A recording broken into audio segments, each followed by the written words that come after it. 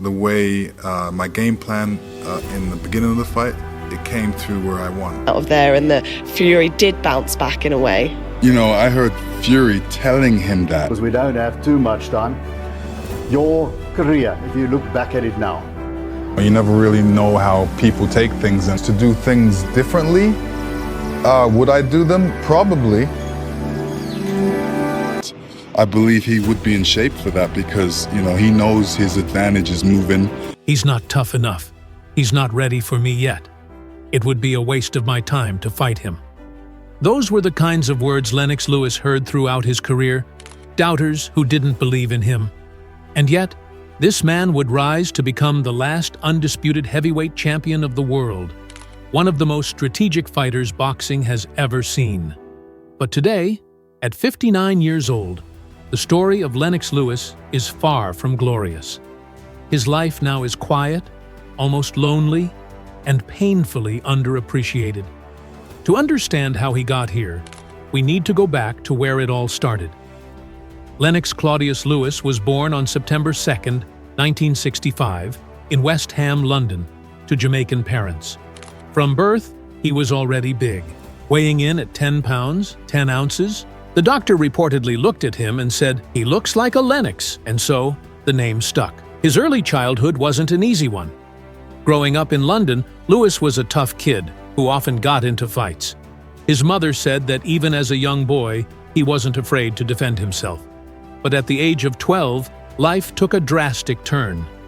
Lennox and his mother relocated to Kitchener, Ontario, Canada. It was here that his athletic journey began to take shape. At Cameron Heights Collegiate Institute, Lennox was more than just a student. He was a natural-born athlete. He played basketball, soccer, and even Canadian football. He helped his school win the provincial basketball championship in the 1982-83 season. But none of these sports could hold his attention the way boxing did.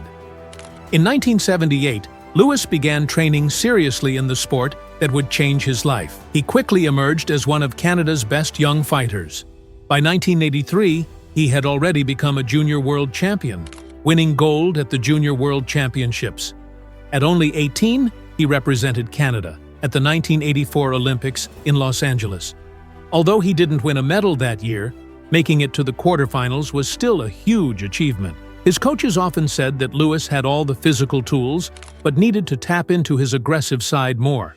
He had size, strength, and reach, but his personality was calm, even relaxed. Rather than turning pro right away after the 1984 Olympics, Lewis made a bold choice. He stayed amateur, aiming for the next Olympic cycle. He wanted gold, and he was determined to get it. Over the next few years, he stacked up major wins, including the 1986 Commonwealth Games gold medal. But it wasn't easy. He suffered setbacks, like his 1987 loss to Cuban boxer Jorge Luis Gonzalez. Still, Lennox came back just days later to avenge that defeat, proving he was more than capable of learning from his mistakes. The stage was set for the 1988 Seoul Olympics. In the super heavyweight final, Lewis faced off against American boxer Riddick Bowe. This was his moment. Lennox dominated the fight, and by the second round, the referee stopped the bout. Canada had its first Olympic boxing gold medal in over 50 years. For Lewis, it was more than a medal. It was the statement that he belonged on the world stage. He even carried the Canadian flag at the closing ceremony. By the time he turned professional, Lewis had an amateur record that some estimate at 85 wins and just 9 losses. Almost all of his victories came by knockout. He had proven himself, and now the top promoters in the world wanted him. But Lennox wasn't easily impressed. He wasn't the type to let someone else run his career. He wanted control, and that would become a defining theme of his journey. Lewis began his professional career in 1989 and quickly climbed the ranks. He won the European heavyweight title in 1990 by defeating Jean-Maurice Chenet. In 1991, he claimed the British title by beating Gary Mason, and by 1992, he had added the Commonwealth title to his growing collection. He was already one of the top heavyweights in the world. But the real breakthrough came on October 31, 1992. Lewis fought fellow Canadian Donovan "Razor" Ruddock. Many considered Ruddock one of the toughest men in the division, but Lewis dismantled him in just 2 rounds. That brutal knockout made him the #1 contender for the WBC title. Here's where the story takes a strange twist. At the time, Riddick Bowe was the reigning WBC champion. But instead of defending his title against Lewis, Bowe literally threw the championship belt into a trash can at a press conference, refusing to fight him. The WBC stripped Bowe of the belt and awarded it to Lennox Lewis, making him the first British heavyweight champion of the 20th century. Lewis defended his belt against big names like Tony Tucker, Frank Bruno, and Phil Jackson. His fight against Bruno was historic. For the first time in modern boxing history, 2 British-born heavyweights were fighting for a world title.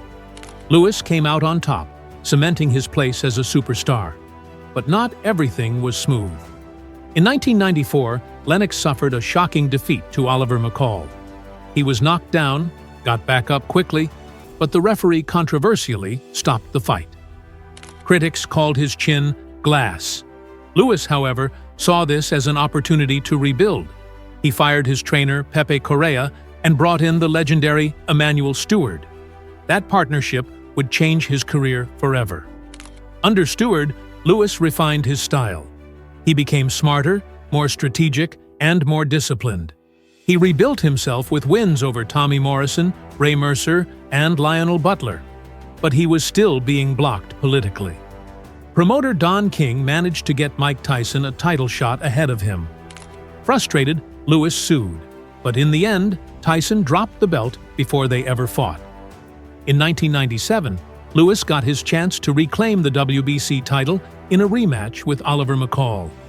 What happened that night was bizarre. McCall had an emotional breakdown during the fight. He stopped throwing punches, started crying in the ring, and refused to defend himself. The referee had no choice but to stop the bout, giving Lewis back the WBC title. From there, Lewis's dominance only grew. He defended his title against Andrew Golota, Shannon Briggs, and Henry Akinwande. In 1999, he faced Evander Holyfield in a massive unification fight. Lewis clearly outboxed Holyfield, but the judges ruled it a draw, sparking outrage and accusations of corruption. A rematch was ordered, and later that year, Lewis convincingly defeated Holyfield, becoming the undisputed heavyweight champion of the world. At that moment, Lennox Lewis stood alone. He wasn't just a champion. He was the champion, the last man to unify the heavyweight division completely. His jab, his ring IQ, and his power made him untouchable. Yet, even with all this glory, a storm was brewing. His reign would face challenges, controversies, and shocking upsets that would shape the rest of his career and legacy. By the late 1990s, Lennox Lewis had cemented his position as the most technically gifted heavyweight of his era. He wasn't a wild brawler like Mike Tyson or a showman like Muhammad Ali. Instead, he was a chess player in boxing gloves, calculating, patient, and devastating when the time was right. Standing 6'5", tall with an astonishing 84-inch reach, Lewis had the physical gifts, but what truly set him apart was his brain. Most heavyweights relied on brute force, swinging wild shots until one landed. Lennox was different. He kept his composure, studied opponents, and executed strategies like a master tactician. His jab was his most lethal weapon. Fast, powerful, and precise, it wasn't just a setup punch, it was a weapon in itself. Opponents would spend entire fights trying to get past it, and by the time they did, they were already softened up, vulnerable to the crushing right hand that often followed. Unlike many fighters, Lewis wasn't reckless with his power. He didn't chase knockouts. He broke fighters down over time, testing their patience, frustrating them, and then striking when the opportunity was perfect. He also had incredible footwork for a man of his size. He wasn't bouncing around the ring like a lightweight, but he always knew how to position himself, how to cut off the ring, and how to avoid danger. The legendary trainer Emanuel Steward molded him into the ultimate heavyweight technician. Steward taught Lewis to fight tall, use his reach, and never give up his advantages. Under his guidance, Lewis became nearly unbeatable. What made him even scarier was his ability to adapt. If he had to slug it out, he could. If he had to outbox an opponent for 12 rounds, he could do that too. Every defeat he suffered, he avenged.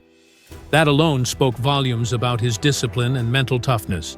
But even for a fighter as great as Lennox Lewis, controversy was never far away. One of the biggest came in 1999 against Evander Holyfield. Everyone watching saw Lewis dominate, throwing more punches and controlling the fight from start to finish. But the judges ruled it a draw. The outrage was immediate. Newspapers accused the boxing world of corruption. Fans called it a robbery, and even state authorities opened investigations into the decision. Months later, Lewis silenced the doubters by defeating Holyfield convincingly in their rematch. Then came the shocking loss to Hasim Rahman in 2001. Lewis was the heavyweight champion, heavily favored, and confident.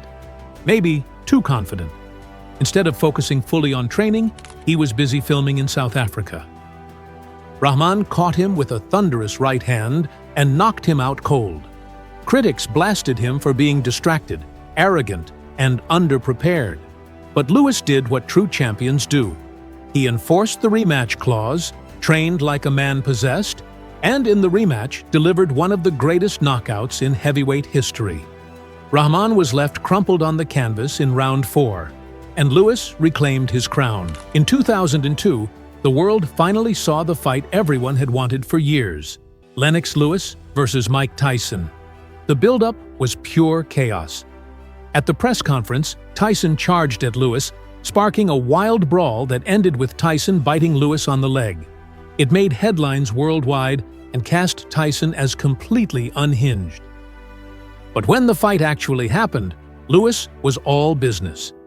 Calm, controlled, and deadly, he dismantled Tyson round by round before knocking him out in the 8th.